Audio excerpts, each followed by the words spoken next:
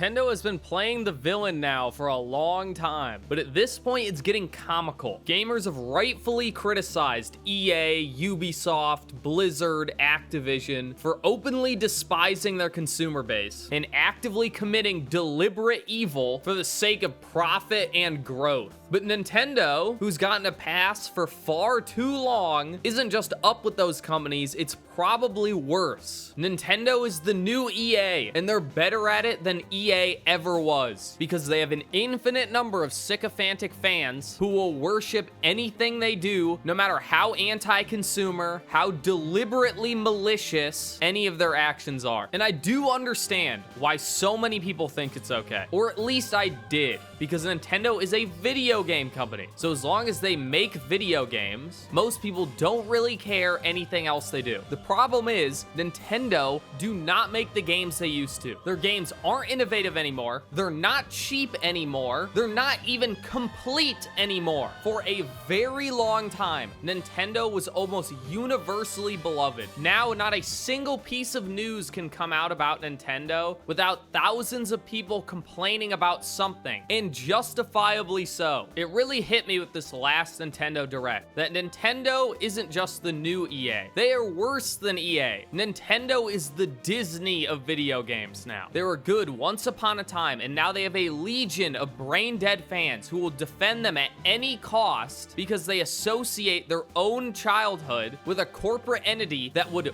burn them alive to increase their stock price by a penny. But before we get into it, make sure to like the video, because you know this is going to get brigaded by Nintendo fans who cannot accept that Nintendo is not the same company anymore. And to really drive that home, let's talk about the new Pokemon, which has a day one on-disc DLC. Before the game even came out, they announced $30 DLC. Genuinely, how tone deaf can a company be? They're already in trouble. People are already upset about the Pokemon Pal World lawsuit. And really, it's not even the lawsuit that's upsetting people. It's their aggressive patenting, that they're using the patent office, which is supposed to be about a scientist or an engineer being able to make money on their inventions. Now it's being used to hoard game mechanics that they did not invent and do not own, but have the money to defend so that they can destroy any competition. Right before their big announcement for the new Pokemon game, they patent the idea of using monsters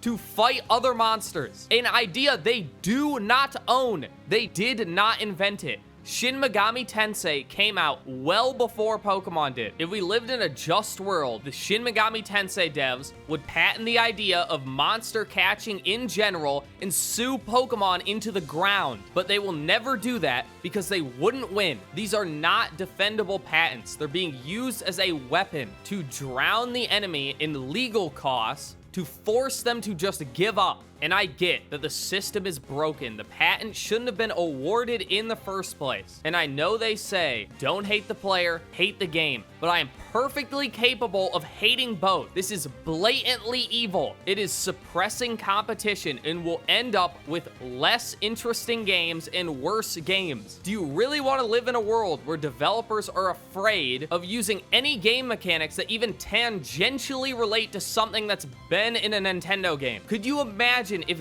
Dark Souls got sued for being too similar to Zelda? Like, oops, you used lock-on targeting, and that's in Zelda games. Now, From Software gets sued into the ground. No more Elden Ring, no more Sekiro, no more Dark Souls 3. So on the back of this, of Nintendo saying only we can make Pokemon games or anything even slightly similar to Pokemon, here's our new Pokemon game. And it's not even complete. It's not complete on release. You have to pay $70 for the full game, then $30 for the DLC, and then another $20 for Nintendo Online. Yeah, didn't see that one, did ya? Because in the Nintendo Direct, they don't make that very clear. But in the newest trailer for the new Pokemon game, whose main selling point is a new Mega Pokemon, they showcase 5 new Megas, none of which are available to you if all you buy is the main game. The 2 new Raichu Megas, those require the DLC.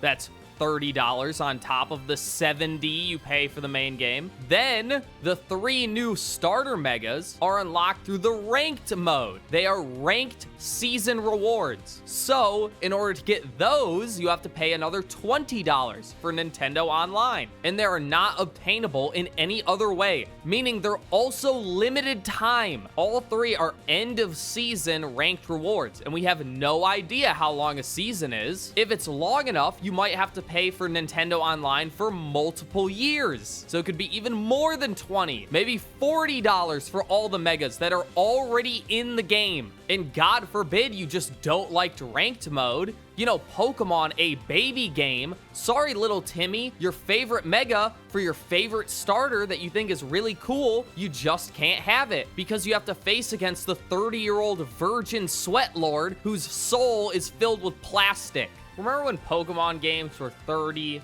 $40 for what I believe to be the best the series ever had to offer? Now, for one Pokemon game, you need $70 for the main game, $30 for the DLC, and then another $20 for online, just to get content that's already in the game that has been cut out for you to pay for later. So that's $120 Pokemon game. Remember when Nintendo games were cheap?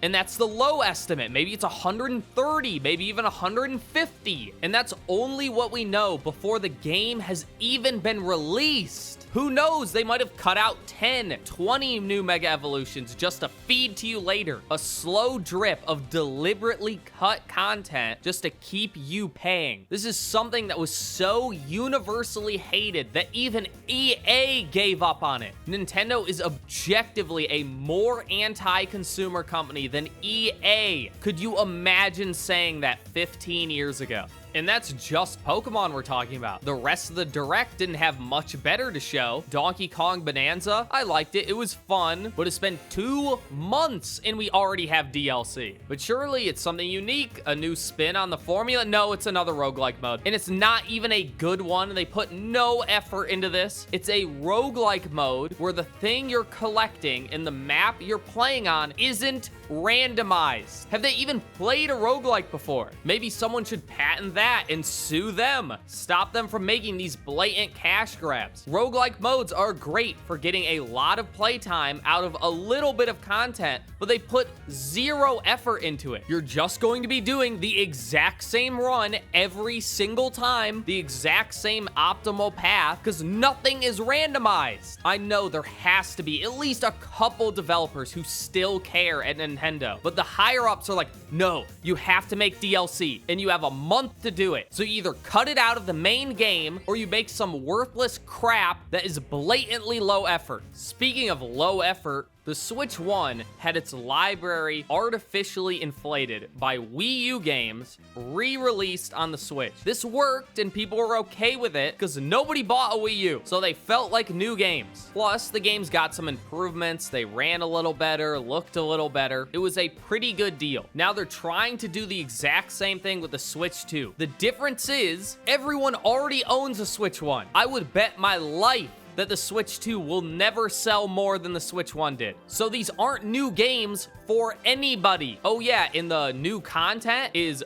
barely anything. In fact, in some cases, isn't even attached to the main game, and the games cost more. So you're paying more for a game you already have for content you don't want if you have any brain at all, just so you can have any game to play at all on your new console, because the Switch 2 has no games. I guess the only real selling point is that the games run better, which really shouldn't be a selling point. You know, games used to run good on the console they came out for always. Since when was a game supposed to come out and run badly and be like, man, I sure hope they release a new console so the game I bought for my console I already own can actually run? I mean, the optimization has gotten so bad that remakes run worse than their original game. Paper Mario in the Thousand Year Door on the GameCube runs at 60 frames per second, and then on the Switch with its big new remake runs at 30. What is going on? Why are people okay with this? I shouldn't have to buy a new console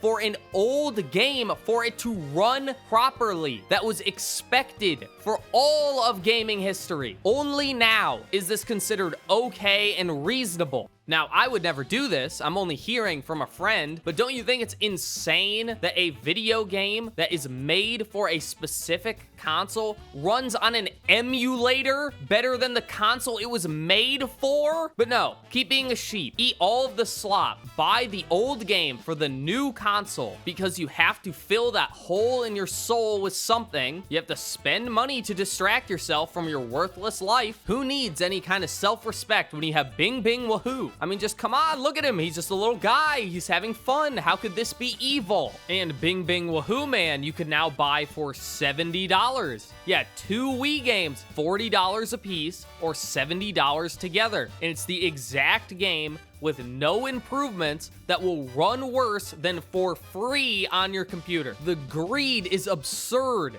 The Super Mario All-Stars collection on the Wii was a budget game, and people considered it a ripoff at the time. Now you pay more for less. But there was more in the Nintendo Direct. Not much more, but there was more. We finally got more news of Metroid Prime 4, and it was the worst possible news. I didn't even know I was capable of being more disappointed, but here we are. In the Prime 4 trailer, which is probably the shortest of the entire Direct, they announced that Prime 4 is open world, or at the very least has an open world zone with a whole motorcycle and everything. How could you possibly miss the point this badly? To not understand Metroid at all. Breath of the Wild, I think, legitimately killed Nintendo. Subscribe if you want to see a video on that specifically. Breath of the Wild was just too successful, and rather than think, wow, that game was unique and innovative and it sold well because it's high quality, instead they heard everything has to be an open world game now if you want it to sell. Now, if you don't remember, Metroid Prime 4 was announced 8 years ago and had its entire development restarted. God, I hope they didn't have a good game and they restarted because they had to make it open world. I thought the whole point of making Metroid Prime 4 was to satisfy the old Metroid Prime fans, to give them something that they were never going to get otherwise. But no, corporate says you have to appeal to a wider audience. And you know what a wider audience loves? Open worlds. So we have to ruin every game with a tacked on, pointless open world. Now, I'm not the biggest Metroid Prime fan. I like it, but I can't imagine Metroid Prime being your favorite game. You wait 8 years only to find out right before the game is supposed to release that it's been ruined by a boomer in a suit who has never played a video game before and does not understand the art form at all. And don't even say, oh, maybe it'll be fine, maybe it'll be great, it'll be the best open world ever, because it already ruined another game. The open world ruined the new Mario Kart. You cannot play that game. The online mode has been destroyed by a pointless tacked on open world. An open world nobody even uses, by the way, because it's completely empty except for stupid challenges nobody cares about. No. Now, if you just want to race on a track, 3 laps around a circle, well-designed, made for racing, you can't do that anymore. Instead, you're forced to race on a straight line with nothing interesting, nothing cool, no obstacles, just a straight line. You're driving through traffic, and you have to. They make you because people found an exploit so that they only had to race on the tracks. The fun part of the game, and Nintendo patched it out. You want to talk about someone hating their customers? They found out the consumer was having fun in a way they did not intend. Well, we can't have that. The open world, the wider audience, you have to love the open world. But you want to race on the tracks? Well, too bad. We're patching it out. Now in the online mode, the main way to play the game, to just race, you are forced to play on these pointless straight line tracks, and you get no option. None. You will eat the slop whether you like it or not. Honestly, I'm just waiting. Maybe a month, 2 months from now, they're gonna sell a DLC that lets you play online on the tracks. I know exactly how they're gonna sell it too. They're gonna be like, here's the DLC with 10 new tracks, and when you play online, you can select a mode where if you own the DLC, you only race on the DLC tracks. And of course, the DLC won't include any of those straight line intermission tracks, and people will buy it anyway, no matter how blatantly anti-consumer it is. You know, a lot of people blame Nintendo's transformation into EA on Doug Bowser, because Doug Bowser is the president of Nintendo of America, and he was an EA executive for 8 years. So it makes sense. But I think Nintendo's downfall has been going on a lot longer than that. It all began with the death of Iwata. As soon as Iwata, a person who worked on games, programmed games, played games, loved games, died and was replaced by a soulless automaton in a business suit, Nintendo began focusing entirely on profit at the expense of everyone else. Which plenty of people will say, well, it's a business. That's what businesses are supposed to do. But most businesses care about their image. Their image is important. People won't buy things from you if they want you to die. Well, Nintendo doesn't have to care about that, because Nintendo is Disney, and no matter what they do, no matter how blatantly evil it is, Nintendo fans will still defend them because they have nothing else. We live in bad times. There are a lot of people who genuinely have nothing, who have no soul, who have no love, who have no family, and so they attach to their own childhood as the only thing they have left. And those people would rather die than see Nintendo as the evil thing that it is. It also doesn't help that the developers just aren't the same people anymore. The people who made the games you love either don't exist, some of which are unfortunately dead, or so old that their brain is basically goo. Miyamoto, I love him, great guy. He has no idea where he is. You can just look into his eyes and see that nobody is home. If there was, he would have executed someone by now over the Mario movie. The Mario movie, which was the biggest announcement of the Nintendo Direct. You know, Nintendo, a video game company who spent more time talking about a movie than an actual new Mario game, or at least given more time to Metroid Prime 4, or something else that gamers care about, not another soulless cash grab made by someone who does not care about video games at all. I mean, you knew it was over when they picked Illumination to make the Mario movie, a company incapable of making anything with any soul at all, just slop for that wider audience we're always talking about. Could you just imagine if the Spider-Verse animators made the Mario movie, or even the Puss in Boots people? But no, we get Illumination and Chris Pratt and Seth Rogen, because you know, Seth Rogen, he's only in the best stuff. No, Miyamoto's brain has to be goo, because there's no way you could stand there and watch something you love be routinely humiliated. Mario just is Mickey Mouse now. He has no attachment to anything real. He's not a real character anymore, just a symbol for a corporate entity. I mean, they even have a Disney World now, Nintendo Land. It couldn't be more obvious. I think the only person with any soul or brains left at Nintendo is Sakurai, and it's just because he doesn't care anymore. He's like, okay, I'll make all the Smash games you want, but now you're letting me make my game, and I'm making Kirby Air Ride because that's cool. I don't care how many copies it sold, and you're giving me 2 directs. They're gonna be way longer than everything else, and I'm gonna talk about every little aspect of my game. Incredibly based. I don't even like Kirby Air Ride that much. Honestly, my brother would just bully me in it all the time, but Kirby Air Riders is still the game I'm most excited for from Nintendo, because I know for a fact it has a soul. That Sakurai genuinely cares about this game and is only making it because he wants to. And you just know the corporate Nintendo guys are just seething over this. They're like, he only gets to do this because he has to make another Smash game. And I can't wait for that to be open world too. So what do we do about this? Well, I don't know. I would say don't buy the games, but we all know boycotts have never worked and never will. Although, if I think Nintendo stays in this direction, the games will keep getting worse and people will just naturally stop buying them. Not because of any boycott or any sort of evil, but just people tend to buy things that they want, and people aren't gonna want things that just suck this much, that are this expensive and this lame. I think the lockdowns gave Nintendo a stimulus, that the Switch sold more more consoles in more games than it should have. Well, they're not gonna get that lucky break again, and most of the normies that bought the Switch 1 don't care about a Switch 2. They're like, I already own a Switch, why would I need another one? So all we can hope for is that Nintendo will hit another economic dark age, which has happened many times, and they'll have to innovate to then escape that hole. If you care about the whole patent thing, you could also always do the classic of letting your senator know, or whatever political figure is important to you, and tell them that this is a topic you care about and that this shouldn't be legal, that it's absurd to patent a video game mechanic. This isn't an invention, but I already know most of you aren't gonna do that, which is fine. I'm not doing it either. I'm just as lazy as you guys. But we always have the third option, which is just whine on the internet and hope it gets better, which isn't as pointless as it sounds, because if you make it socially unacceptable to buy Nintendo games and just make Nintendo fans sound like losers, people won't want to be associated with Nintendo anymore, especially with how widespread the internet is now. That a parent will be like, hey, do you want the new Switch? And then the kid will be like, no, I heard that sucks, I don't like Nintendo. Or the other way around, the kid will be like, hey, can I get a Switch? And the parent's like, no, I hear they're really bad. But maybe I'm just coping, pretending like what I'm doing has any effect at all, when it probably doesn't. Oh well. Anyway, subscribe for more whining. Bye.